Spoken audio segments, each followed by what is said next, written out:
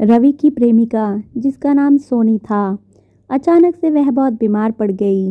मरने से पहले उसने रवि से कहा, मैं तुम्हें बहुत प्यार करती हूँ, तुम्हें छोड़कर नहीं जाना चाहती। मैं नहीं चाहती कि मेरे जाने के बाद तुम मुझे भुला दो और किसी दूसरी लड़की से शादी करो। वादा करो कि तुम मेरे मरने के बाद तुम किसी और से प्रेम नहीं करोगे, वरना मेरी आत्मा तुम्हें चैन से जीने नहीं देगी। सोनी इतना कहकर चल बसी।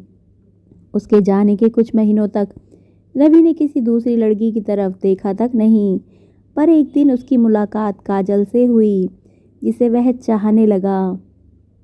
बात बढ़ते बढ़ते शादी तक आ गई और उनकी शादी हो गई। शादी के ठीक बाद रवि को लगा कि कोई उससे कुछ कह रहा है। मुड़कर देखा तो वो उसकी प्रेमिका सोनी की आत्मा थी।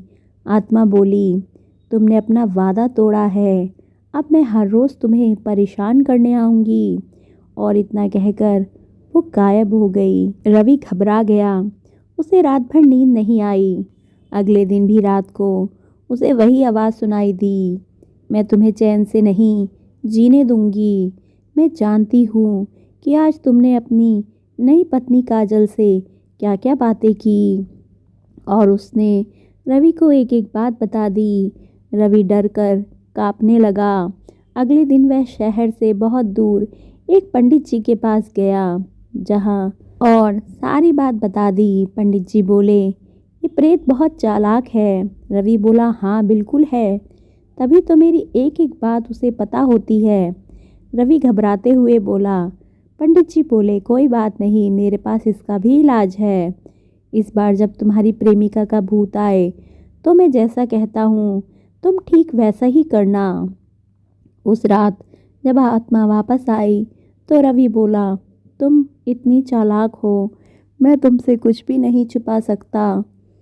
और जैसा कि तुम चाहती हो, मैं अपनी पत्नी को छोड़ने के लिए भी तैयार हूँ, पर उसके लिए तुम्हें एक प्रश्न का उत्तर देना होगा, और अगर तुम उत्तर ना दे पाई तो तुम्हें हमेशा हमेशा के लिए मेरा पीछा छोड़ना होगा। सोनी का भूत बोला, मंजूर है, पूछो अपना प्रश्न। रवि ने फौरन ज़मीन पर पड़े हुए बहुत सारे छोटे छोटे कंकर अपनी मुट्ठी में भर लिए और बोला, बताओ मेरी मुट्ठी में कितने कंकर हैं। और ठीक उसी समय भूत गायब हो गया। कुछ हफ्तों बाद रवि एक बार फिर से पंडित जी के पास उनका शुक्रिया अदा करने पहुंचा। रवि ने कहा, उस भूत ने मेरा पीछा छुड़ाने के लिए मैं जीवन भर आपका आभारी रहूँगा। रवि बोला, पर मैं ये नहीं समझ पाया कि आखिर उस प्रश्न में ऐसा क्या था कि एक झटके में ही भूत गायब हो गया।